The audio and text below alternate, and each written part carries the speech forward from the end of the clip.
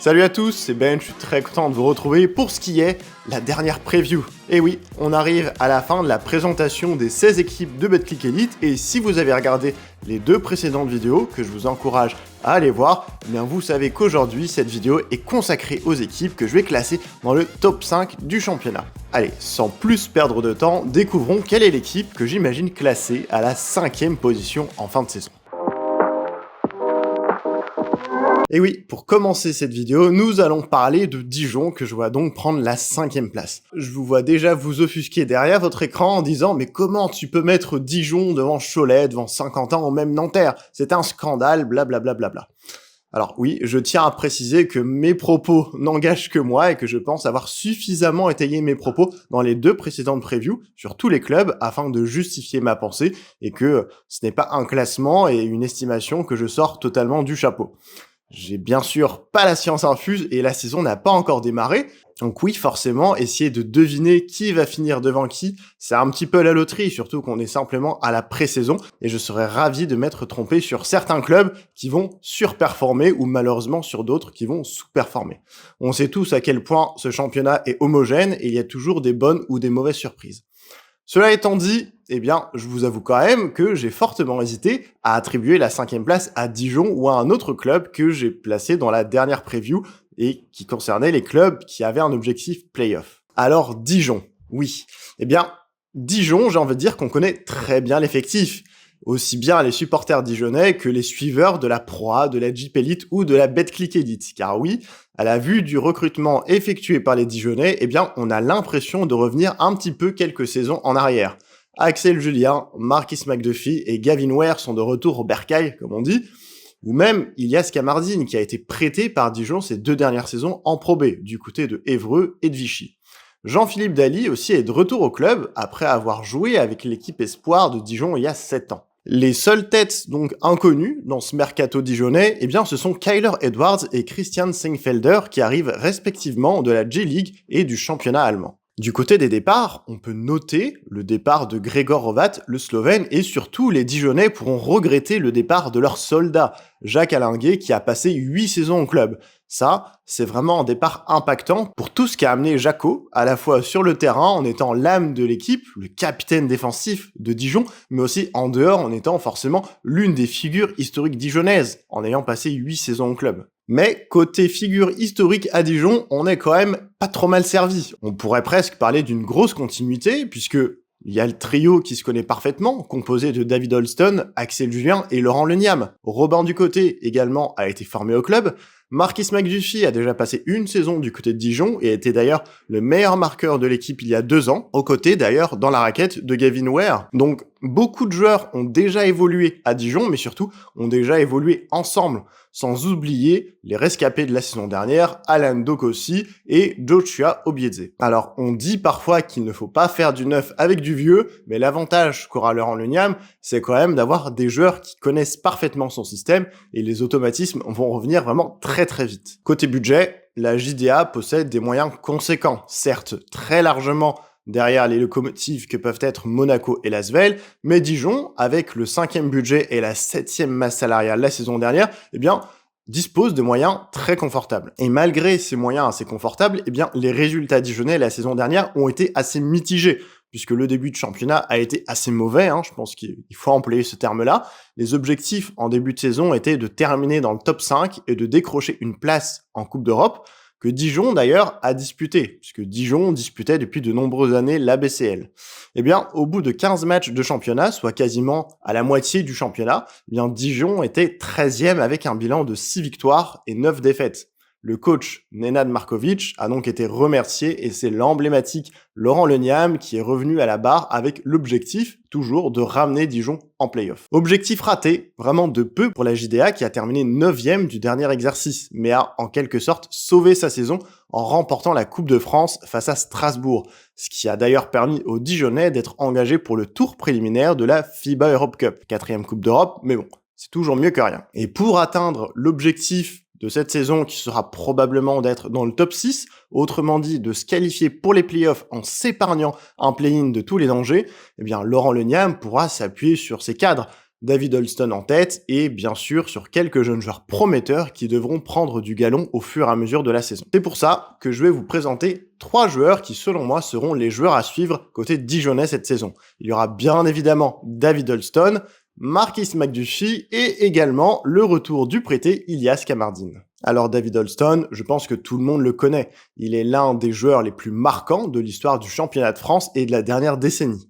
Le lutin dijonnais, qui aura quand même 39 ans en janvier prochain, va entamer sa 10e saison à Dijon. C'est quelque chose d'absolument incroyable. Une très belle longévité pour l'Américain, qui était encore le fer de lance de la JDA la saison passée, avec ses 13 points et 4,5 passes de moyenne en 27 minutes. Alors ça peut paraître un petit peu étrange de le mettre dans la catégorie des joueurs à suivre, mais s'il est logiquement sur une pente descendante, et oui, il va quand même avoir 39 ans, eh bien, il commence, chaque saison à avoir des pépins physiques qui vont l'amener à parfois jouer blessé ou à rater certains matchs. Et si Dijon veut performer cette saison et connaître une saison plus stable que la saison passée, eh bien, je pense que ça passera forcément par une saison à presque 100% de David Holston. Je pense que c'est possible car Laurent Le Niam et Fabien Romeyer l'ont épaulé avec son compère de longue date sur les lignes arrières. Axel Julien et Marquis McDuffie également sera là pour alimenter la marque. Donc en retrouvant ses anciens coéquipiers avec qui David Holston a énormément d'automatisme, eh bien je pense que avec le coach également avec lequel il a brillé, je sens que l'on peut voir un très grand David Holston cette saison, et qui dit un grand David Holston dit forcément un très grand Dijon. Le deuxième joueur que je souhaite mettre en avant, c'est justement celui que je viens de citer, Marquis McDuffie. On se souvient de cet élégant poste 4, un petit peu croqueur, un petit peu foufou, et qui était l'un des meilleurs marqueurs du championnat en 2022-2023. 17 points par match, c'est plutôt pas mal. Il vient clairement avec le rôle de scoreur et de joueur capable de faire la différence sur son talent. Et donc là aussi, un grand McDuffie permettra aussi à David Holston de se faire moins cibler, et si l'axe 1, 4, 5 est performant, eh bien la JDA sera très difficile à défendre et les adversaires devront choisir leur poison entre David Holston, Marquis McDuffie et Gavin Ware, voire même Kyler Edwards. Et enfin, je souhaite parler du mélange de génération avec la relève qui arrive à Dijon. Ilias Kamardine revient donc à Dijon après avoir montré tout son talent en Pro B et en compétition internationale jeune aussi, il faut le dire, avec l'équipe de France U20 l'été encore dernier. Holston, je l'ai déjà dit, va avoir 39 ans. Axel Julien n'est pas non plus tout jeune avec ses 32 ans. Et donc, avec le retour de Ilias Kamardine, eh bien, Dijon commence à se projeter sur du court moyen terme. Ilias va donc avoir des opportunités pour se montrer dans un rôle d'arrière meneur combo guard, à l'aise offensivement pour dynamiter les défenses vers le cercle ou tirer de très loin. Il a montré de gros progrès cette saison avec Vichy à la création, enfin l'année dernière, et en relais de David Holston et Axel Julien sur les lignes arrières, il sera l'un des jeunes talents du championnat à suivre de très près. Je peux vous dire que la génération 2003, elle arrive très très fort. Maintenant, abordons la partie des doutes ou des questions que l'on pourrait avoir sur Dijon. Il y a une grande question à se poser. Faire du neuf avec du vieux, est-ce que c'est réellement une bonne idée? J'ai envie de faire une réponse de Normand en disant à la fois oui et à la fois non. Vu que j'en suis à parler des doutes, je vais commencer par dire pourquoi ça pourrait ne pas être une bonne idée. On pourrait avoir tendance à se dire que c'est la facilité de réassembler une équipe qui a performé ensemble. Sauf que ce n'est pas toujours un gage de réussite et la concurrence n'est pas la même non plus, donc difficile de s'attendre à des résultats similaires. Forcément, quand on reprend des éléments qui ont performé les saisons passées, on a toujours envie de comparer et de dire que ça va matcher. Mais oui, forcément, les autres équipes, ce ne sont pas forcément les mêmes non plus. La deuxième raison, qui est directement corrélée à faire du neuf avec du vieux, c'est que pour performer, il faut aussi savoir se réinventer. En l'occurrence, même si les automatismes vont être faciles à retrouver, on peut se dire aussi que Dijon sera plus lisible à scouter pour ses adversaires. Et enfin, la dernière crainte que je pourrais avoir, c'est sur la santé de David Holston, qui, c'est vrai, a enchaîné les pépins physiques la saison dernière qui l'ont amené à rater quelques matchs par-ci par-là, et j'ai l'impression qu'il a rarement été à 100%. Même si Axel Julien peut prendre la main, c'est vrai qu'on l'a vu plus performant en tant que deuxième arrière du côté de Bourg-en-Bresse. Et de mémoire, il me semble que Laurent Le Niam les faisait évoluer un petit peu ensemble, voire même très souvent ensemble, David Holston et Axel Julien. Et donc, il n'y aura pas de véritable second meneur derrière David Holston, puisque Ilias Kamardine est également plus un poste 2-1 qu'un véritable meneur. Maintenant, parlons des motifs d'espoir pour les Dijonnais. Si je les ai placés aussi haut, c'est forcément que je suis optimiste pour la JDA. J'ai dit que faire du neuf avec du vieux, ça pouvait être une mauvaise idée, mais ça peut aussi être intéressant. J'ai parlé du fait que ce sera plus évident pour les adversaires de scouter la JDA, mais encore, en début de saison, on peut s'attendre à une équipe avec justement des automatismes bien rodés et des systèmes et des facilités qui vont très vite revenir. Ça, clairement, ça peut aider les Dijonais à réaliser un bon début de saison. En tout cas, un meilleur début de saison que l'année dernière. Je pourrais dire aussi que la hiérarchie devrait être plus claire que l'an dernier sur les lignes arrières où tant Ahmad Caver que Cameron Hunt ont pu être quelque peu décevants. Là, on sait très clairement quel va être le rôle de Axel Julien, celui de David Dolston. Les jeunes Ilias Kamardine et Robin Ducoté vont apporter leur pierre à l'édifice, et dans la raquette, il va y avoir des apports très marqués que l'on peut d'ores et déjà identifier. Marquis McDuffie est un joueur très talentueux qui sera probablement l'arme offensive numéro 1. Gavin Ware également sera là pour jouer les pics avec David Dolston et être trouvé dans ses spots préférentiels. De son côté, le poste 4, Alan Dokossi, apportera sa présence au rebond, et Jean-Philippe Daly, ce sera probablement le guerrier de cet effectif, assez polyvalent et dans la dureté. Je pense que le rôle de chacun, clairement, va être assez clair, et Laurent Leniam pourra aussi avoir le luxe d'avoir plusieurs associations possibles. J'ai encore très peu parlé de Christian Sengfelder, mais il dispose d'un profil intéressant au poste 5 qui offrira de belles minutes à la place ou en relais de Gavin Ware ou au poste 4 car il est capable de jouer sur les deux positions. On peut même donc imaginer avoir Dokossi et Sengfelder qui alternent sur les postes 4-5. À noter aussi que Christian Sengfelder, il arrive avec une grosse expérience européenne et internationale puisqu'il a disputé pas moins d'une vingtaine de matchs avec la sélection allemande et il a notamment affronté Dijon la saison dernière en BCL avec son club de Bonn. C'est donc un joueur que connaît très bien Laurent Leniam qu'il a affronté 2 fois la saison passée. Enfin, le dernier point qui me rend optimiste, c'est en quelque sorte la profondeur et la polyvalence de cet effectif, avec énormément de profils de joueurs qui sont capables d'évoluer sur plusieurs positions, que ce soit sur les lignes extérieures ou même à l'intérieur. On est sur un roster qui est assez large, assez deep, avec 11 joueurs qui seront impactants et avec un 5 majeur bien identifié avec des joueurs expérimentés qui se connaissent et des rotations en pleine progression qui prennent petit à petit du galon. Robin Ducoté, Ilias Kamardine et Alan Dokossi vont encore beaucoup progresser cette saison et clairement ça peut être sur certains matchs de vrais facteurs X. Et jouer la FIBA Europe Cup plus le championnat avec un effectif de 11 joueurs ne me semble pas forcément un problème. Au contraire, on est sur une compétition qui ne demande pas autant d'énergie et dont le niveau est clairement moins fort que la BCL ou l'Eurocup, sans parler de l'Euroleague. Donc je pense qu'avec cet effectif-là, où les rotations vont jouer et se développer aussi plus vite, ça permettra aussi de vraiment impliquer tout le monde et Dijon pourra se concentrer vraiment sur tous les tableaux. L'effectif de Dijon est donc large, mais bien construit. Ça me paraît vraiment cohérent. On sait déjà à quoi s'attendre avec cette équipe et ça limite forcément les mauvaises surprises. La JDA est passée à côté la saison dernière et sera aussi revancharde cette saison. C'est un point aussi qu'il faut noter. Il ne faudra très clairement pas sous-estimer cette équipe dijonnaise qui me semble avoir les capacités pour prendre la 5e ou la 6e place directement qualificative pour les playoffs. Supporters dijonnais et supporters des autres équipes, est-ce que je vous ai convaincu que la JDA peut se placer à la 5e position? N'hésitez pas à me le dire en commentaire. Poursuivons avec un club qui n'est pas très loin géographiquement, la JL Bourg. Bourg-en-Bresse a été l'une des meilleures équipes la saison passée et a réalisé une saison fantastique et historique à bien des égards. J'y reviendrai.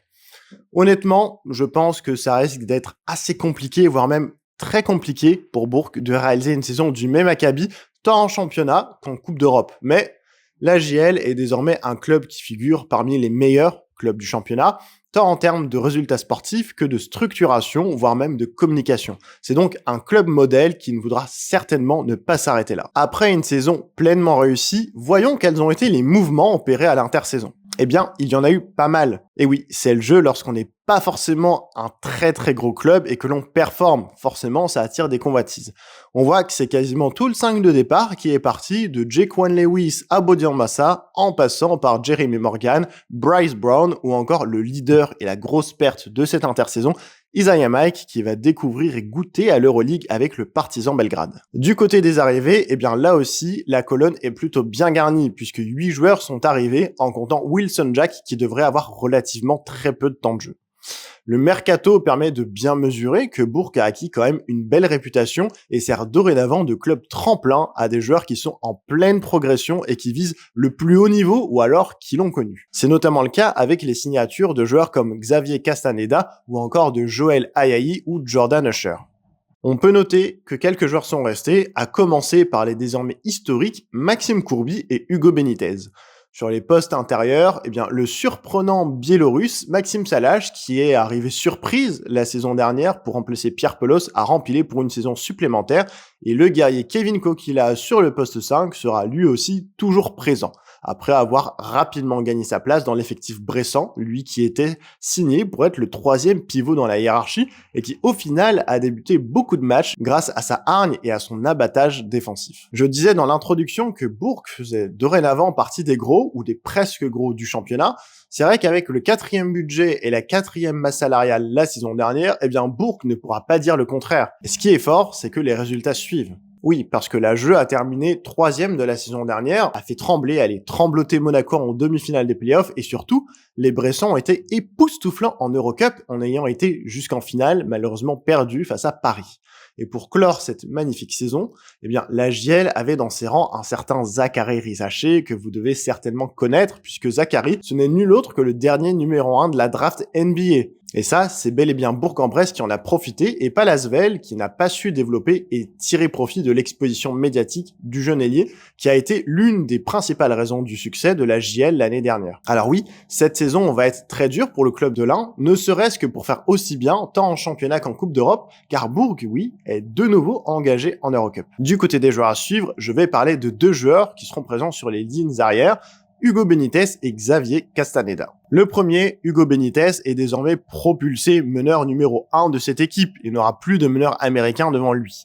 Maxime Courby lui a d'ailleurs laissé le brassard de capitaine. C'est donc une saison où le Catalan, formé à l'école des meneurs de la JL, aura énormément de responsabilités. Je me rappelle qu'il avait parfois été un petit peu en difficulté en fin de saison dernière sur les matchs à enjeu, notamment face à Paris en finale de Eurocup, mais aussi face à Monaco en play-off. Donc cette saison, Hugo devra se servir de ses expériences engrangées ces 2 dernières saisons pour être l'un des piliers de ce groupe, à la fois sur le terrain en tant que meneur de jeu, pour être le joueur qui va amener de la sérénité, de la stabilité, mais aussi pour être plus vocal en tant que capitaine et le relais du coach, puisqu'on sait souvent que les meneurs ont des relations privilégiées avec le coach. Donc sur différents aspects, Hugo Benitez devra donc passer un cap encore cette saison. Maintenant, l'autre joueur qui devrait être autant un joueur à suivre qu'un élément clé de l'effectif sera Xavier Castaneda.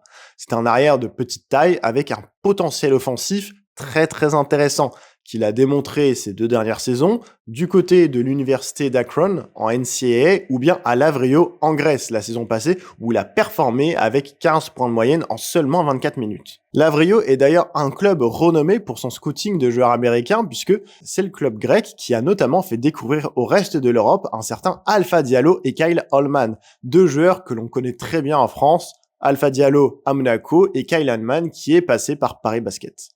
Donc Xavier Castaneda, revenons-en à lui, il peut vite prendre très chaud, en témoignent notamment ses 31 points en pré-saison avec la JL face à Nanterre. Il sera l'une des attractions du championnat et il risque de laisser quelques ardoises bien salées. Maintenant, quelles sont les craintes que l'on peut avoir pour la JL ? C'est vrai que malgré un effectif, encore une fois, de qualité, je pense que peu de monde aurait misé la saison dernière sur une saison aussi réussie pour les Bressans et surtout aussi régulière. Je pense que cette saison, on va être à peu près dans le même cas de figure. Il me semble très compliqué de penser que Bourg sera hors du top 5, mais faire mieux va être assez compliqué, avec les pertes quand même de joueurs très importants, comme Zachary Rizaché, Jérémy Morgan et Isaiah Mike. Et oui, beaucoup de joueurs sont aussi arrivés, donc il va falloir quelque peu reconstruire avec un lot d'incertitudes. Le départ de Isaiah Mike, notamment, pourrait être difficile à combler. Ensuite, je l'ai vaguement évoqué, mais sur l'effectif, quand on regarde la constitution des différents postes, je me dis, est-ce que le duo de meneurs Hugo Benitez et Mehdi Nguama est ce duo de meneurs qui va t'amener à être un concurrent sérieux pour le titre ? Car Bourg, dorénavant, est une équipe du top 4. Et quand on est dans le top 4, on n'a pas pour ambition de viser les playoffs, mais plutôt une demi-finale de playoffs. Et quand tu en es là, c'est que tu vises le titre. Alors oui, Jusqu'où ce duo Hugo Benitez, Medine Guama peut-il amener Bourg-en-Bresse? Je pense que c'est une vraie question, surtout qu'en fin de saison dernière, la JL avait 3 meneurs avec Jaquan Lewis, Hugo Benitez et EJ Roland qui étaient arrivés pour pallier à une blessure de Jaquan Lewis. Avoir un papa comme Roland la saison dernière avait été très intéressant, même si on sait que cette saison, Xavier Castaneda notamment, va pouvoir prendre la main par séquence. Un des points sur lesquels la JL va aussi devoir rapidement rassurer, ça va être sur le shoot extérieur, et notamment sur l'adresse longue distance. Si Xavier Castaneda semble être un véritable shooter d'élite, à côté, il y aura besoin également de joueurs qui devront être de menaces fiables. Et forcément, si je compare avec la saison dernière, eh bien, c'est vrai que le meilleur shooter de l'équipe, eh bien, c'était Zaccharie Rizaché, en termes de pourcentage. Et lui, comme Bryce Brown et dans une moindre mesure Maxime Salache, était de réelles menaces. Brandon Paul, qui a été recruté comme 3&D, probablement pour remplacer Zaccharie Rizaché dans le profil, devra donc mettre dedans pour que la JL puisse être aussi efficace et avoir un bon spacing. Dans les raisons d'y croire, j'en ai listé 3. Une certaine continuité, de l'intensité et la profondeur. Pour le premier point, celui de la continuité, eh bien c'est vrai qu'il y a 4 joueurs qui sont restés et qui seront parmi les piliers de l'effectif sur le terrain, notamment Hugo Benitez, le meneur et capitaine, Maxime Salache, le très bon poste 4 qui a été l'une des belles surprises avec la JL la saison dernière, et Kevin Kokila, le guerrier, Maxime Courby également, qui aura certes un temps de jeu qui va décroître, mais qui fait partie des murs et qui devrait être très important pour le vestiaire et pour la transmission des valeurs JL. À côté, je vois aussi une certaine continuité dans le fait que le profil d'équipe est assez semblable à celui de la saison dernière et que à la fois Freddy Fotou et François Lamy ont cherché justement une certaine complémentarité entre les joueurs. Les départs ont été compensés avec des joueurs qui devraient avoir des profils plus ou moins similaires dans la fonction du possible, et on retrouve également 3 joueurs sur le poste 5, idem que la saison dernière. Donc on ne devrait pas être très surpris par le jeu développé par les Bressans cette saison. Ce qui m'amène directement au second point, celui de l'intensité. C'était la marque de fabrique de Bourg-en-Bresse la saison dernière et ça devrait encore une fois être le cas. Bourg, ça joue vraiment très très bien en basket et les hommes de Freddy Fotou proposent une défense intense avec des joueurs qui aiment se projeter vite vers l'avant ensuite. Ça va encore être le cas avec une ligne arrière petit format, mais qui court avec Hugo Benitez, Medine Guama, Xavier Castaneda et Joël Ayayi. Nguama et Ayayi, notamment, sont très intéressants pour amener de l'intensité et de l'énergie en défense, être sur les lignes de passe et presser les porteurs de balles. Brandon Paul et Jordan Usher, de leur côté, sont de vrais athlètes qui vont, je pense, apporter un plus en termes de physicalité. Et à l'intérieur, mon regard, quand on parle d'intensité, va directement se poser sur Kevin Kokila. Et oui. Donc la JL devrait être très complète sur différents aspects du jeu et garder ce qui a fait sa force la saison passée. Enfin, le dernier point, c'est la profondeur. Normal pour une équipe qui va jouer sérieusement sur différents tableaux.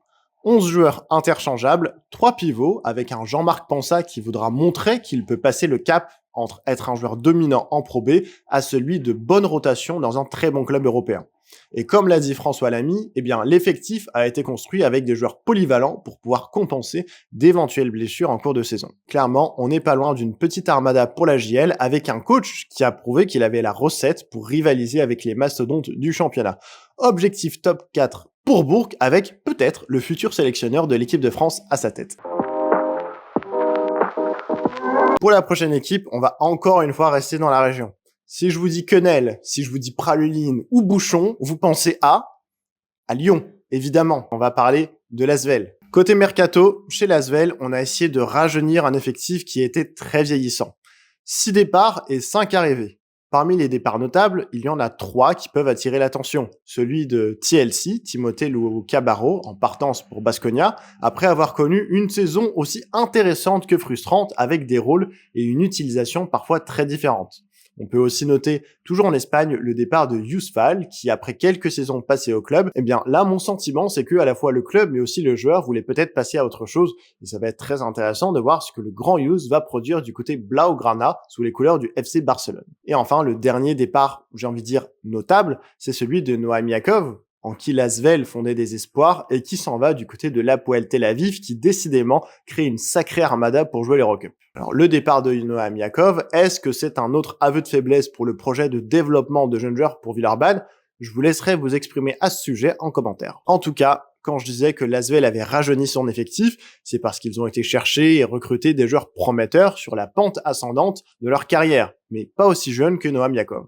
C'est le cas avec Théo Malédon, qui revient donc au club avec l'envie de prouver qu'il peut s'imposer en Europe, en Euroleague. Il fait partie d'ailleurs de cette catégorie de joueurs qui s'essoufflent en NBA et que l'Asvel relance, comme avant lui Gershon Yabusele, Elio Kobo et TLC. Autre joueur prometteur qui a rejoint l'Asvel, c'est Nil Sako, en provenance de Cholet Basket, mais aussi Melvin Aginsa, qui découvrira l'Euroleague après avoir été drafté par les Mavs au tout début de l'été. Et 3 autres joueurs américains qui semblent assez intéressants ont rejoint l'effectif, Shaquille Harrison, Admiral Schofield et Tariq Black. Dans l'ensemble, ça donne un roster qui me paraît plus équilibré sur le papier que la saison dernière, avec notamment le poste 1 qui est sérieusement renforcé, avec 3 joueurs qui peuvent dorénavant prendre la main.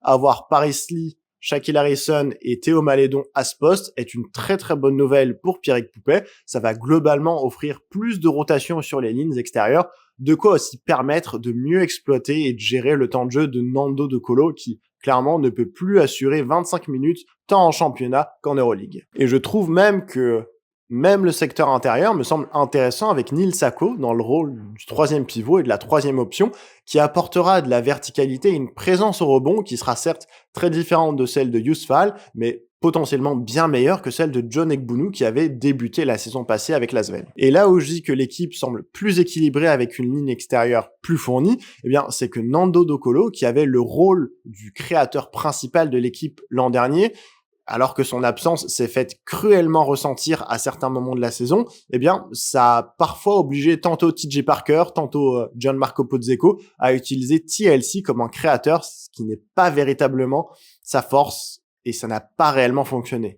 Là, en ajoutant Théo Malédon en plus de Shaquille Harrison, eh bien, il devrait y avoir moins de problèmes à la création, même en gérant le temps de jeu de Nando De Colo. Et chaque joueur devrait mieux comprendre son rôle. La preuve, sur le poste 3, c'est Melvin Aginsa qui remplace numériquement TLC dans des rôles très différents, puisque Melvin Aginsa devrait avoir le rôle d'un 3&D. Je pense qu'on peut donc s'attendre à une meilleure hiérarchie, globalement, cette saison du côté de l'Asvel, grâce à un effectif qui me semble mieux construit et capable aussi de pallier à diverses absences. Du côté des moyens financiers du club de Tony Parker, malgré des déboires avec les sponsors, Smart Good Things, par le passé, Squeak aussi plus récemment, eh bien l'Asvel c'est clairement un mastodonte dans le championnat de France avec des moyens bien supérieurs à ceux des autres clubs, hormis Monaco. Logiquement, on attend donc l'Asvel tout en haut. C'est un club mythique, le club le plus titré en France, et même si dernièrement Monaco a repris le leadership national et fait figure de favori au titre du championnat de France, eh bien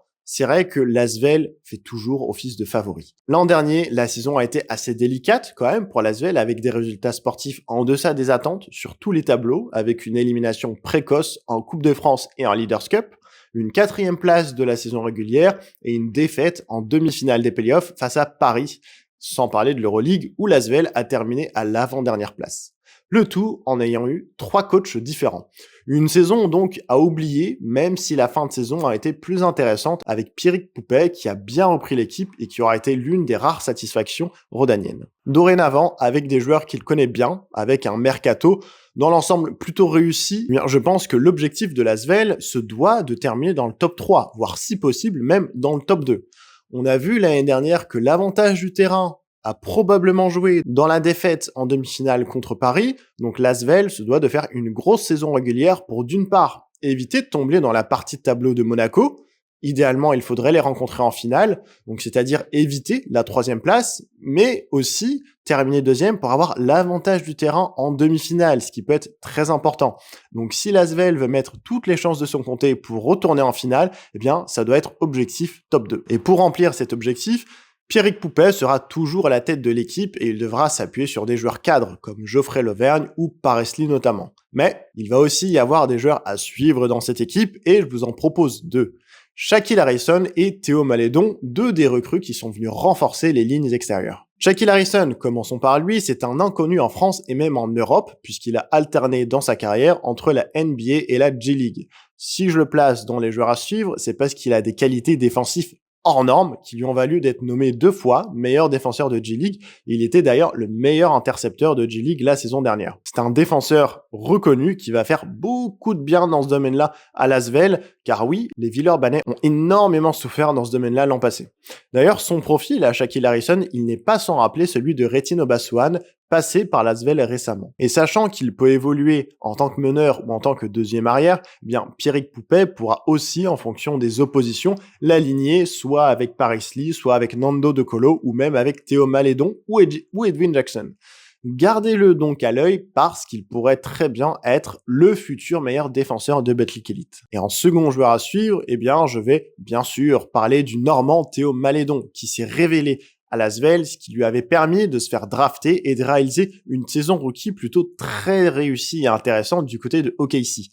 Depuis, ça a été plus compliqué en NBA pour Théo, qui a 23 ans seulement, il faut le rappeler, et qui revient donc au Bercail avec l'envie d'imiter Elie Okobo et surtout Gershon Yabusele, c'est-à-dire s'imposer comme un joueur référencé et dominant en Europe pour, pourquoi pas, à l'avenir, retourner en NBA par la grande porte. Théo, il va apporter de la jeunesse, de la créativité et du scoring qui, je pense, va faire beaucoup de bien à l'Asvel et à Paris Lee notamment, qui s'est retrouvé souvent esselé l'an passé lorsque Nando De Colo était soit blessé, soit préservé. C'est vrai que Paris Lee, le meneur américain, il était au four et au moulin et il devait être à la fois scoreur, il devait être à la fois passeur, être une menace fiable à longue distance et créée pour ses coéquipiers. Donc je pense que l'arrivée de Théo Malédon, très clairement, ça devrait décharger aussi Paris Lee de toutes ses casquettes et il offrira, Théo Malédon, aussi un profil différent et très intéressant, complémentaire donc à Paris Lee. Et là aussi, comme Shaquille Harrison, on peut imaginer différentes line-up où Théo Malédon pourra jouer à côté de Paris Lee ou à côté de Shaquille Harrison ou encore de Nando De Colo. Maintenant, les questions qui fâchent, c'est la tradition. Le premier élément qui me vient en tête va concerner la santé. Même si l'Asvel a rajeuni son effectif, il n'en reste pas moins qu'il y a certains trentenaires bien tassés dans cet effectif, avec Nando De Colo, Edwin Jackson, Charles Cahudi ou encore David Lighty. Nando, Charles et Delight ont d'ailleurs raté un certain nombre de matchs la saison dernière à cause de pépins physiques et logiquement elles sont plus proches de leur fin de carrière que du début. Donc attention à bien gérer leur état de forme. Je pense qu'on peut s'attendre à ce que ces trois joueurs ratent encore des matchs cette saison en espérant qu'ils puissent être là lors des rendez-vous importants où leur expérience sera cruciale et très importante. Et je pense qu'ils seront d'autant plus importants que la majorité des nouveaux arrivants manquent d'expérience, que ce soit à l'échelle de l'Euroleague mais aussi du jeu en Europe. Ensuite, ma seconde interrogation, ma seconde crainte va concerner l'adresse à 3 points du secteur intérieur, que je pourrais même élargir à la globalité de l'équipe. Mais c'est vrai que ce n'est pas forcément là où on attend le plus les intérieurs, mais dans le basket moderne, il va falloir des intérieurs capables de représenter une menace pour étirer les défenses, sanctionner également le pivot adverse qui ne sort pas assez et libérer la raquette pour permettre soit des coupes, ou alors tout simplement pour avoir une relation grand-grand qui soit intéressante. Et en l'occurrence, eh bien, c'est vrai que je vais cibler un joueur en particulier. On a vu l'année dernière que Geoffrey Lauvergne est capable de tirer à 3 points, est capable d'en rentrer parfois, ce qui est intéressant, mais c'est surtout Admiral Schofield dont je vais parler et qui va devoir être une menace sur le poste 4. Il remplace Mike Scott qui avait ce profil justement d'intérieur très menaçant derrière l'arc. On sait justement sur le poste 4 que ce ne sont pas forcément les points forts à la fois de Charles Cahudi mais aussi et surtout de Mba Ndiaye. Donc avoir un jeu intérieur varié avec une option de shoot sur le poste 4, pour ça, il va falloir que Admiral Schofield soit régulier et soit capable de tourner à un peu plus que 35% de réussite de loin. Et s'il arrive à faire ça, eh bien, ça pourrait annoncer une plutôt bonne saison pour l'Asvel. Maintenant, en ce qui va concerner les motifs d'espoir, eh bien, j'ai envie de mettre en avant 3 points. La défense, le coaching et le projet. Alors, au niveau de la défense, on devrait observer une grosse amélioration, notamment individuellement, avec déjà Shaquille Harrison, je l'ai déjà présenté, qui est un fort défenseur sur l'homme, qui a obtenu plusieurs distinctions dans ce domaine et qui sera probablement le premier rempart défensif sur la ligne extérieure. Mais il y a aussi d'autres joueurs comme Melvin Agença, dont j'ai assez peu parlé, mais qui est aussi un défenseur accompli, sans oublier Tariq Black au poste 5, qui est expérimenté, qui a habitué aussi à être un joueur de l'ombre, lui aussi reconnu au niveau européen comme un bon défenseur. Donc c'est vrai que individuellement, eh bien, les recrues vont emmener bien plus de solidité et d'intensité défensive, de vista aussi, puisqu'avec un effectif rajeuni et un petit peu plus garni, eh bien, on peut penser que Pierrick Poupet va pouvoir aussi faire plus de rotation, ce qui devrait permettre de conserver un niveau d'intensité important. D'ailleurs, c'est vrai que rien que sur les lignes arrières, qui étaient en difficulté sur le plan défensif la saison passée, eh bien, l'ASVEL ajoute aussi de la taille et de l'envergure, en ajoutant Harrison et Malédon, qui mesurent 1m93, à la place de Noam Yakov et son format micro-meneur. Le deuxième motif d'espoir, je dirais que c'est le coaching et la stabilité. Oui, de la stabilité, car l'an dernier, l'ASVEL a quand même eu 3 coachs. TJ Parker a été remercié après avoir souvent été décrié, et puis c'est Gianmarco Pozzecco qui est parti aussi vite qu'il est arrivé, et finalement, eh bien, c'est l'ex-entraîneur adjoint Pierrick Poupet qui a repris l'équipe de fort belle manière et qui a été confirmé pour l'exercice à venir. Il y aura donc un semblant de continuité avec Pierrick Poupet à la barre, qui a apporté satisfaction tant dans les résultats que aussi dans le jeu et l'utilisation surtout de ses joueurs, ce qui pouvait notamment être reproché à TJ Parker et à Pozzecco. Donc déjà, on peut dire que c'est une bonne nouvelle et un step-up de conserver Pierrick Poupet par rapport à la saison passée. Ce qui m'amène donc à parler du troisième point, le projet. Alors non, je ne suis pas dans les petits papiers des dirigeants villeurbanais pour savoir très précisément quel est le projet du club, mais je vais vous faire part de quelques observations sur l'orientation sportive qu'a pris l'ASVEL ces dernières années. Dernièrement, c'est vrai que l'ASVEL a annoncé vouloir s'axer sur le développement au plus haut niveau de jeunes joueurs prometteurs. Ça avait commencé notamment avec Théo Malédon, lorsque le coach était Zvezdan Mitrovic. Ensuite, il y a eu le projet Victor Wembanyama, il y a eu le projet également Zaccharie Risacher, des projets qui n'ont pas fonctionné comme prévu. L'an dernier, le projet, en tout cas le jeune joueur dans l'équipe première à développer, c'était Noam Yakov. Et comme on l'a vu lors du mercato, eh bien, Noam Yakov, il n'est plus là cette saison. D'un autre côté, c'est vrai que pour encadrer ces jeunes joueurs à potentiel, l'ASVEL a aussi fait des efforts pour renforcer sa French Team avec des signatures de joueurs français phares et référencés au plus haut niveau. Geoffrey Lauvergne et Nando De Colo sont arrivés et ils ont pris une place, c'est vrai, non négligeable dans la masse salariale du club, ce qui a aussi nécessité de réaliser des paris sur certains postes. Le reste du recrutement était donc souvent axé soit sur des joueurs étrangers dominant du championnat de France ou alors de G-League, ce qui faisait donc de l'ASVEL un club tremplin. Il y a eu des réussites, mais aussi pas mal d'échecs globalement, et ce que j'apprécie cette année, c'est que le club semble avoir mieux construit son effectif et que le projet ne semble plus forcément de s'axer et développer des prospects, mais plutôt d'accompagner des joueurs déjà professionnels vers l'atteinte de leur potentiel. Autrement dit, l'ASVEL doit faire des paris, certes, mais des paris mesurés avec des JFL à potentiel à développer comme Théo Malédon, Melvin Agença, Neil Sako ou encore Mba Ndiaye. Le tout encadré par ces joueurs plus expérimentés et des étrangers qui vont apporter des plus-values spécifiques et ciblées. Il semble donc y avoir eu un meilleur travail de scouting sur les joueurs étrangers. L'ASVEL ne s'est pas juste contenté de recruter les étrangers les plus performants de Betclic Elite, et ça déjà, c'est un changement. Mais c'est vrai qu'il semble que l'ASVEL repart avec un nouveau projet sur le moyen terme.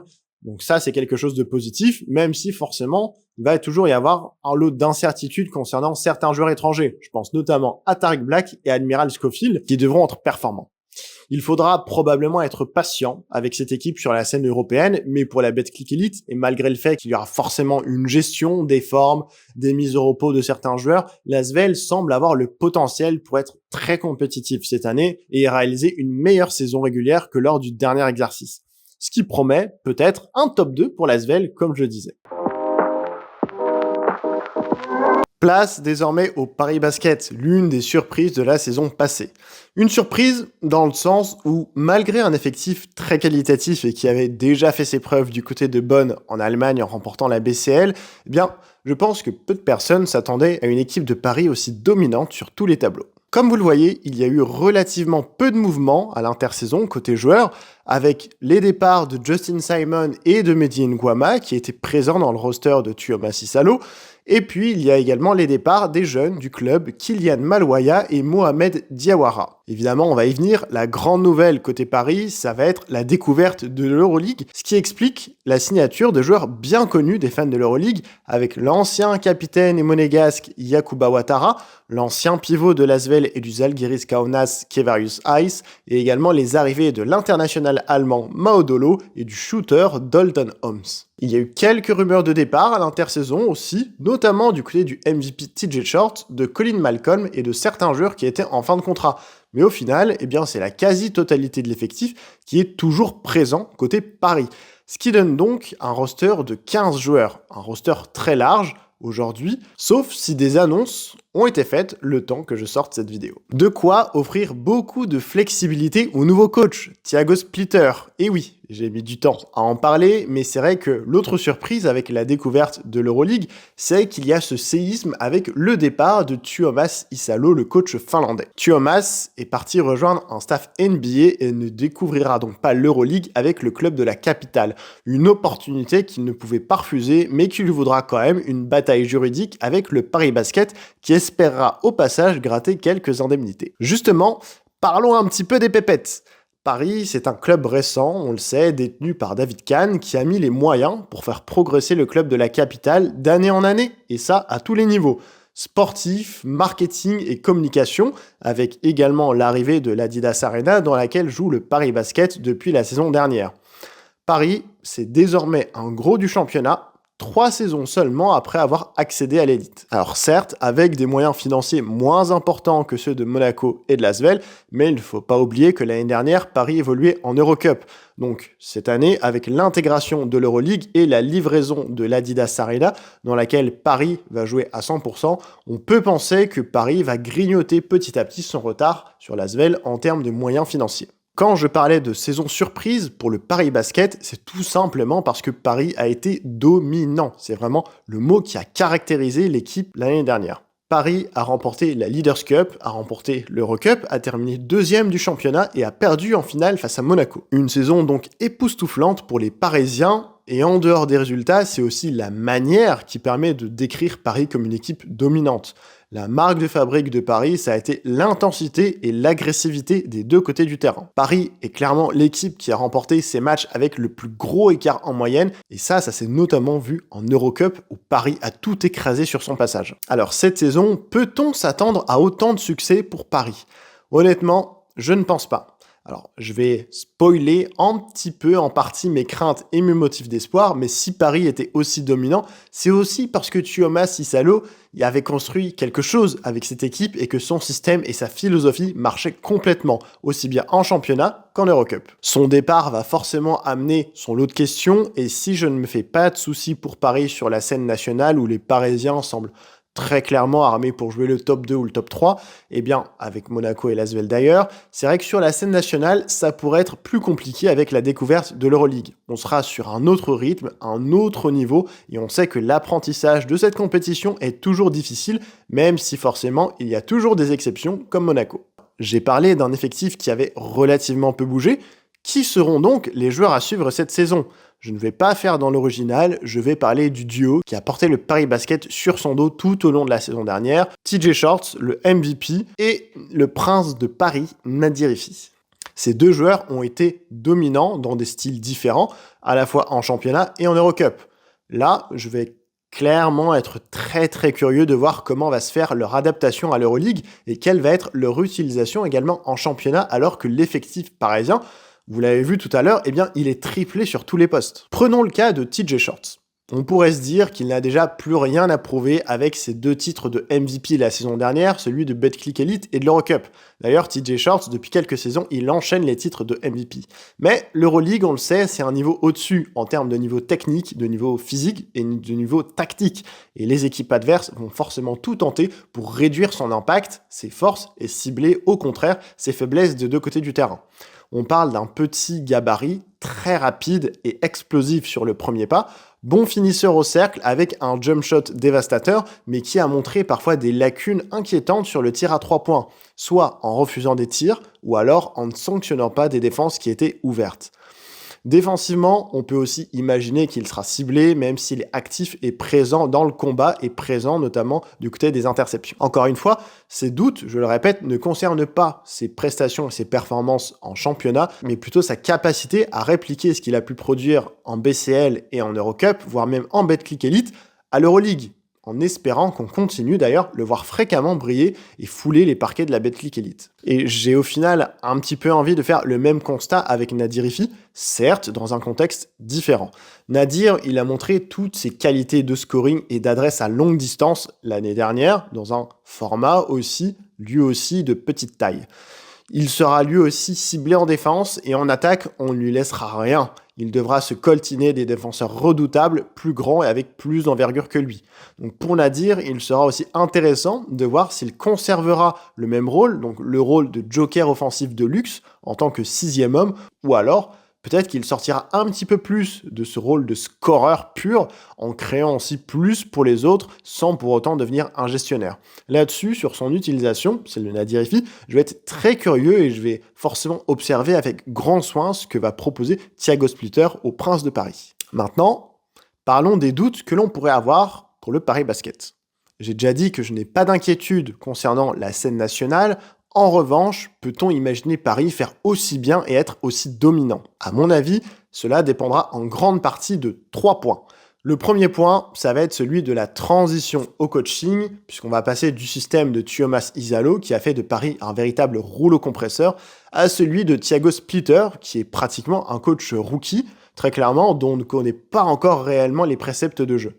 Est-ce qu'il va s'inspirer de ce qui a fait la force de Paris la saison dernière alors que tout l'effectif a été conservé, ce qui serait plutôt logique? Ou alors est-ce qu'il va essayer d'amener une philosophie et un jeu différent? C'est la question majeure qui empêche de répondre avec certitude et exactitude sur la continuité de la domination parisienne. D'autant plus que Thiago Splitter, il aura 15 joueurs à gérer qui peuvent revendiquer du temps de jeu. Donc quelle hiérarchie aussi va-t-il réussir à créer? Est-ce que certains joueurs ne joueront qu'en championnat? Ou pas, à voir. Le deuxième point, en tout cas, c'est justement que Paris va découvrir l'Euroleague, qui va demander beaucoup plus d'énergie que l'Eurocup, et ça pourrait avoir une répercussion sur les prestations du week-end en Betclic Elite. Il ne faut pas oublier non plus que l'Euroleague, c'est un objectif de Paris à long terme, mais que Paris n'a pas encore de licence A qui lui octroierait une place garantie dans la compétition reine. Donc si Paris veut se pérenniser et veut avoir une chance, on va dire dans 2 ans, de toujours évoluer en Euroleague, pour ça, il faudra que les Parisiens, sauf si ça a changé, ils se qualifient pour les playoffs. La priorité donc pour Paris devrait être dans un premier temps l'Euroleague. Et forcément, en fonction de l'avancée, on va dire des résultats et de l'avancée de la saison, les Parisiens pourront ajuster au fur et à mesure du temps leurs objectifs, mais également la gestion des temps de jeu en Betclic Elite. Et le troisième point dont je vais parler, qui pourrait faire passer Paris dans une autre dimension, ou en tout cas, on va dire, de lui permettre d'être autant, voire plus performant, c'est le rendement de sa raquette, qui a été l'un des points un petit peu plus faibles de la saison dernière. Je sais que le jeu parisien a été très tourné sur l'extérieur, avec des arrières dominants et une forte propension à shooter à 3 points, mais c'est aussi parce que les pivots étaient un petit peu bruts de décoffrage, sans leur manquer de respect, et manquaient parfois de skills, de finition, et avaient tendance à être vite pénalisés par les fautes. Coucou Leon Kratzer. Il faudra donc espérer que les arrivées de Léo Cavalière et surtout de Kevarius Ice, même si eux aussi ce sont des intérieurs qui sont plutôt dans un profil énergique, dans le combat, dans l'intensité, bien loin au final de profils comme celui de Donatas Motiejunas par exemple à Monaco, peut-être quand même que l'arrivée de Léo Cavalière et Kevarius Ice va permettre, on va dire, d'amener un petit peu plus d'alternance et avoir un petit peu plus de danger sur les secteurs intérieurs. J'ai été suffisamment explicite, je pense, concernant les doutes et les craintes que je pouvais avoir côté parisien. Passons maintenant aux raisons d'y croire. Aux raisons de croire que Paris, notamment, pourra de nouveau être en finale du championnat et aller loin en Leaders Cup. Alors déjà, même s'il y a des interrogations sur forcément la transition au coaching, l'effectif, il reste le même. Donc je pense quand même qu'il va être assez improbable de penser que Thiago Splitter va vouloir révolutionner une équipe qui gagne et qui joue de la même façon depuis pratiquement 2 saisons. Et qui dit même effectif, dit continuité et automatisme. Les joueurs se connaissent parfaitement et savent comment jouer les uns avec les autres et les uns pour les autres. Ça, c'est un deuxième élément important. On a suffisamment vu de contenu tout au long de la saison dernière, sur les réseaux sociaux notamment, qui montrait la cohésion et la fraternité qui régnait autour de ce groupe. Plus qu'une équipe, Paris, vraiment, c'est un groupe qui est uni, qui se bat ensemble et qui joue ensemble. J'allais dire et qui perd ensemble, mais Paris n'a pas beaucoup perdu la saison dernière. Donc c'est vrai que quand tous les coachs et les staffs en pré-saison vont espérer qu'une alchimie va se créer au fur et à mesure et que la mayonnaise va prendre, j'ai presque envie de dire que pour Thiago Splitter, pour lui, ça, c'est pas une question. Il sait déjà, en fait, que la mayonnaise, elle va prendre avec un groupe inchangé et qui a performé. La seule chose qu'il peut craindre, c'est l'adéquation à ce qu'il va vouloir amener de nouveau, dans la pratique, Mais bon, dans la mise en pratique, en tout cas, avec la qualité des joueurs à sa disposition, j'ai pas forcément de raison d'être inquiet. Enfin, le dernier point, et là aussi j'en ai rapidement parlé, c'est tout simplement la profondeur de cette équipe. Pour le championnat de France, pouvoir s'appuyer sur un effectif de 15 joueurs de ce niveau-là, c'est surdimensionné. Et ça pourrait assurer à Paris de pouvoir conserver un niveau d'engagement et de performance suffisant pour bien figurer à la fois en Betclic Elite, mais aussi pour pouvoir compléter et aligner avec des performances correctes, voire intéressantes en Euroleague. Paris avait déjà un effectif assez profond la saison dernière, eh bien ce sera encore plus le cas cette saison, ce qui peut donc promettre une belle saison encore côté Paris. Et finissons ces previews avec le club double champion en titre qui voudra réaliser le three-peat, l'AS Monaco, alias la Roca Team. Comme vous le voyez, il y a eu un peu de mouvement sur le rocher cet été. Des joueurs importants sont partis, comme le capitaine et historique Yacouba Ouattara, qui a passé 8 saisons au club.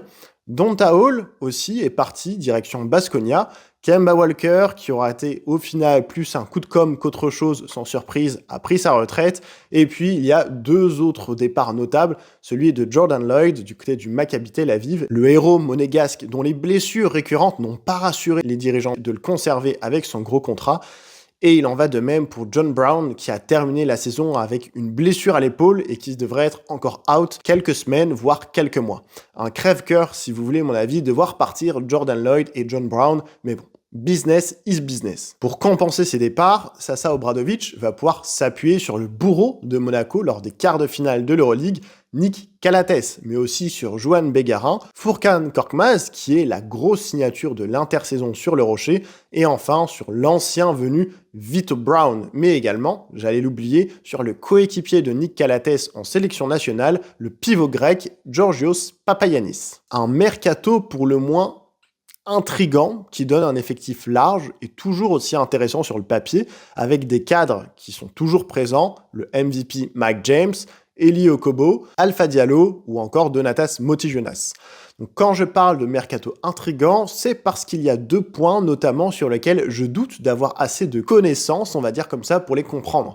Premièrement, il y a le recrutement de Nick Calates. Alors, sportivement, je comprends parfaitement et ça a le mérite de combler un manque à la création qu'il pouvait y avoir. Avec Nick Calates en plus, eh bien Monaco va ajouter du QI basket, de la défense, l'un des meilleurs passeurs de l'histoire de l'Euroleague, ce qui va forcément décharger Mike James de beaucoup de responsabilités, lui qui a énormément joué la saison dernière et qui a fini sur les rotules avec des pépins physiques qui l'ont considérablement gêné lors justement de la série de quarts de finale face à Fenerbahçe. Ce qui est toutefois dommageable avec cette signature, c'est que ça pourrait desservir Mathieu Strazel, qui monte clairement en puissance saison après saison et qui sort de JO très intéressant avec l'équipe de France. On aurait pu se dire qu'avec son nouveau statut d'international, il allait prendre enfin un peu plus de galons dans cette équipe, notamment en Euroleague. Mais c'est vrai que l'arrivée de Nick Calates, eh bien, ça nous ramène constamment à cette question. Quel rôle et quelle responsabilité pour Mathieu Strazel en Euroleague? L'autre élément qui, là, me rend pour le coup dubitatif pour le moment, c'est le recrutement de Georgios Papagiannis, qui remplace numériquement Donta Hall, sauf que les 2 joueurs, bien qu'assez verticaux, n'ont pas du tout les mêmes aptitudes et je perçois assez mal aujourd'hui comment Georgios Papagiannis va être utilisé. Côté budget, bon, c'est un secret de polichinelle, le club de la principauté a des moyens et même des avantages fiscaux nettement supérieurs à ceux de ses concurrents et homologues français, ce qui lui permet de pouvoir se construire des rosters de très grande qualité. La preuve, pour sa première saison en Euroleague, eh bien la Roca Team avait fait signer Mike James, puis des joueurs référencés comme Jordan Lloyd ou encore Kemba Walker l'été dernier. Des joueurs qui valent très cher sur le carnet de chèques. Si l'on revient aux sportifs, eh bien Monaco, je l'avais dit tout à l'heure, a conservé son titre de champion de France la saison passée, donc une satisfaction, mais qui avait toutefois un petit goût de maigre consolation puisque la Roca Team a échoué à se qualifier au Final Four Euroleague malgré l'avantage du terrain en quart de finale face au Fenerbahçe. On peut aussi noter que Monaco n'a pas été en finale ni de la Leaders Cup ni de la Coupe de France. Un seul trophée donc remplacé par la Roca Team. Donc c'est vrai que sur les 4 compétitions sur lesquelles elle était engagée, eh bien ça a un petit goût d'échec quand même. Logiquement, l'objectif cette saison sera encore une fois de conserver le titre de champion de France pour égaler le dernier three-peat en date qui a été réalisé par l'Asvel. Et puis, évidemment, c'est l'objectif principal, c'est de se qualifier pour le Final Four de l'Euroleague. Même si, on le sait, la compétition va être plus relevée que jamais, avec notamment les 2 recrutements incroyables qu'ont effectué les 2 ennemis jurés d'Athènes, l'Olympiakos et le Panathinaikos. Enfin bref.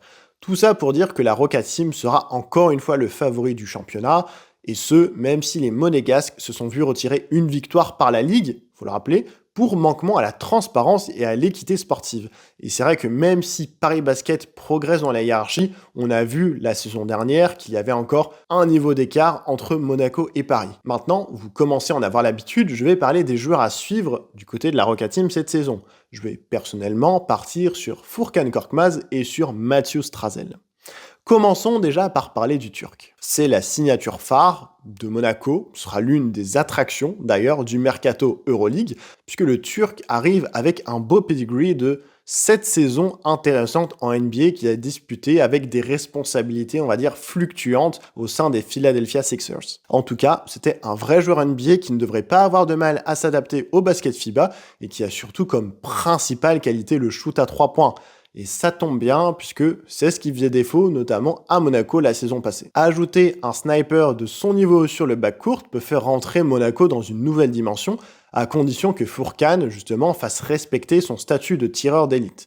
Et ce qui est aussi intriguant avec lui, c'est qu'on ne parle pas d'un énième retour de joueur NBA sur la fin, mais il arrive en Euroleague avec encore de nombreuses et longues années à disputer devant lui, à Monaco ou ailleurs, puisqu'il n'a que 27 ans. C'est aussi le cas pour Mathieu Strazel, notre jeune meneur tricolore qui lui n'a pas 23 ans, mais il va débuter sa 3e saison à Monaco, possiblement derrière Mike James et Nick Calates en Euroleague, mais avec forcément beaucoup plus de temps de jeu en Betclic Elite, comme en fin de saison dernière, où il avait d'ailleurs les rênes de l'équipe avec son coéquipier et compatriote Eli Okobo. Après avoir crevé l'écran encore plus la saison dernière en Betclic Elite, ce qui lui a permis d'ailleurs de décrocher sa place au JO, contrairement à son coéquipier Eli Okobo, et même d'être le héros français en arrachant miraculeusement une prolongation face au Japon, qu'est-on en droit d'attendre de la part de Mathieu Strazel cette saison? Prendre encore plus de place en Betclic Elite afin de ne pas trop tirer sur Mike James et Nick Calates, qui ont respectivement 34 et 35 ans?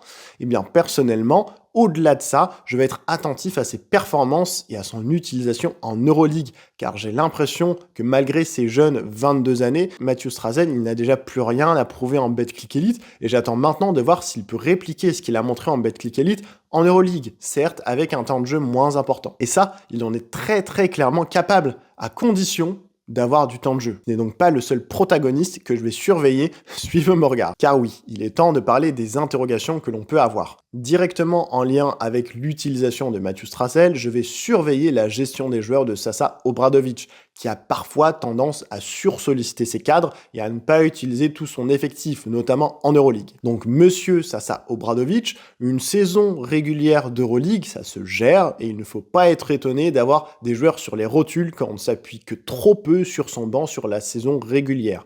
Oui, l'arrivée de Nick Calates pose question sur l'utilisation de Mathieu Strazel, même si ça va décharger Mike James de certaines responsabilités. D'ailleurs, Mike James se remet du dos et devrait rater le début de la saison, à la fois en Betclic Elite, mais aussi peut-être en Euroleague. Au-delà de ça, je sais pas vous, mais je trouve quand même qu'on a très peu vu Terry Tarpey, voire même Peter Corneli la saison dernière, même si on sait que Terry Tarpey a été blessé une majeure partie de la saison. Donc logique au final que tes joueurs soient peu en rythme si tu ne les fais pas jouer, sauf lors des garbage time, et soient peu en confiance, si tu les sors également à la moindre erreur. Pour la confiance, c'est vrai qu'on a vu mieux. Corneli a par exemple moins joué en Euroleague la saison dernière à Monaco qu'au Real il y a 2 ans, et pourtant on n'est pas sur des clubs de même standing. Terry Tarpey, il n'a joué que 6 matchs d'Euroleague la saison dernière, quand il en a disputé 24 en Betclic Elite. Alors oui, c'est quand même un petit peu surprenant qu'ils soient toujours monégasques cette saison, ces 2 joueurs, et ils font partie des raisons pour lesquelles je vais surveiller la gestion de Sasa Obradovic. Est-ce qu'on aura, dans ce cas-là, une frontière beaucoup plus marquée entre les temps de jeu d'Euroleague et les temps de jeu en Betclic Elite? À voir, je vais surveiller ça de très près. L'autre point que je vais surveiller sera justement le niveau d'engagement et de motivation de Monaco sur les différentes compétitions nationales. Avec l'effectif qu'ils ont, ce n'est pas normal que Monaco n'aille pas au bout, ou ne serait-ce qu'en finale, à la Leaders' Cup et de la Coupe de France. Oui, on sait, l'Euroleague, c'est consommateur de beaucoup d'énergie, mais désormais, avec 4 matchs en moins de saison régulière en Betclic Elite et avec plus de profondeur dans ton effectif que l'an passé, Monaco doit faire mieux, voire même bien mieux sur la scène nationale, car qu'on se le dise, Monaco fait parfois preuve de suffisance dans les compétitions domestiques en privilégiant l'Euroleague. Les motifs d'espoir maintenant. Ai-je réellement besoin de les énumérer? Je pourrais commencer. Mike James, Elio Kobo, Nick Calates, Furkan Korkmaz, Alpha Diallo, Donatas Motiejunas, Georgios Papagiannis, Mam Jete, etc. Bref, on a affaire à un effectif de titans, taillé pour aller très loin en Euroleague, taillé pour le Final Four Euroleague, et donc forcément pour dominer le championnat de France. Ce qui sera appréciable, notamment pour Sasa Obradovic, ce sera de pouvoir s'appuyer sur une colonne vertébrale qui est toujours présente. Il n'y a au final pas eu tant de changements que ça. Il y a 5 joueurs, certes, à intégrer dans un effectif de 14, donc ça va. Les automatismes vont vite revenir et l'effectif est très expérimenté, même si on le sait, Mike James va rater le début de saison. J'ajouterais aussi que Monaco a perdu une grosse arme défensive avec John Brown, qui était le capitaine défensif et le poumon de cette équipe, mais au moins, les fans de la Rocket Team pourront se satisfaire de voir Nick Calates débarquer sur les lignes arrières. Le grec va très clairement pouvoir compenser les quelques errements défensifs dont pouvait parfois être coupable Mike James. Et enfin, je parlais tout à l'heure des carences que pouvait avoir Monaco sur le secteur extérieur, sur le shoot notamment. Eh bien c'est vrai que c'était d'autant plus vrai lorsque Jordan Lloyd était absent. En fait, il y avait des joueurs capables d'être clutch et de scorer régulièrement à 3 points sans pour autant être des shooters naturels. Mais le problème, c'est que ces joueurs-là, Mike James, Eli Okobo, Jordan Lloyd, eh bien, c'était les joueurs qui étaient les plus défendus et les mieux défendus par les équipes adverses. Et les autres joueurs n'étaient pas assez fiables derrière l'arc, hormis Yakuba Ouattara, mais qui lui aussi n'avait pas assez de temps de jeu. C'était un petit peu du tout ou rien avec Jaron Blossomgame ou Alpha Diallo sur le tir extérieur. Là, en ajoutant Furkan Korkmaz, qui est un spécialiste du tir à 3 points et qui peut jouer sur le poste 2 ou sur le poste 3, et Vito Brown également, qui a été recruté pour sa faculté à être une vraie menace sur le tir extérieur sur le poste 4, les adversaires ne pourront plus se concentrer uniquement sur le fait de défendre à 3 points sur les guards, puisque pratiquement à chaque poste, un joueur sera une vraie menace dans ce domaine. Surtout si on ajoute que 1 ou 2 fois par match, eh bien, Donatas Motiejunas, ton poste 5, eh bien, il est capable d'en rentrer. Donc, je vais être très curieux de voir s'il va y avoir une progression du côté de Monaco sur le shoot extérieur. Et très clairement, si c'est le cas, eh bien, hasta la vista, la concurrence va souffrir cette année en Betclic Elite. Voilà, on arrive malheureusement, j'ai envie de dire, à la fin de la vidéo. C'est un petit peu, je suis un petit peu triste, c'est vrai, on arrive à la fin de la présentation de ces 16 clubs de Betclic Elite, je dirais même de ces 36 clubs, puisque j'ai également tourné les previews de la Pro B, mais je pourrais me consoler en me disant que le début du championnat, eh bien c'est très bientôt avec la Pro B, mais aussi la Betclic Elite qui va reprendre d'ici une dizaine de jours. Encore une fois, j'espère que la présentation vous aura aidé à y voir plus clair sur les différentes forces en présence et vous aura plu également. N'hésitez pas à me le dire en commentaire. Et puis, je vous dis à très bientôt pour un autre type de contenu, toujours sur la Pro B et sur la Betclic Elite. C'était Ben pour Backcourt, je vous dis à très bientôt. Bye bye.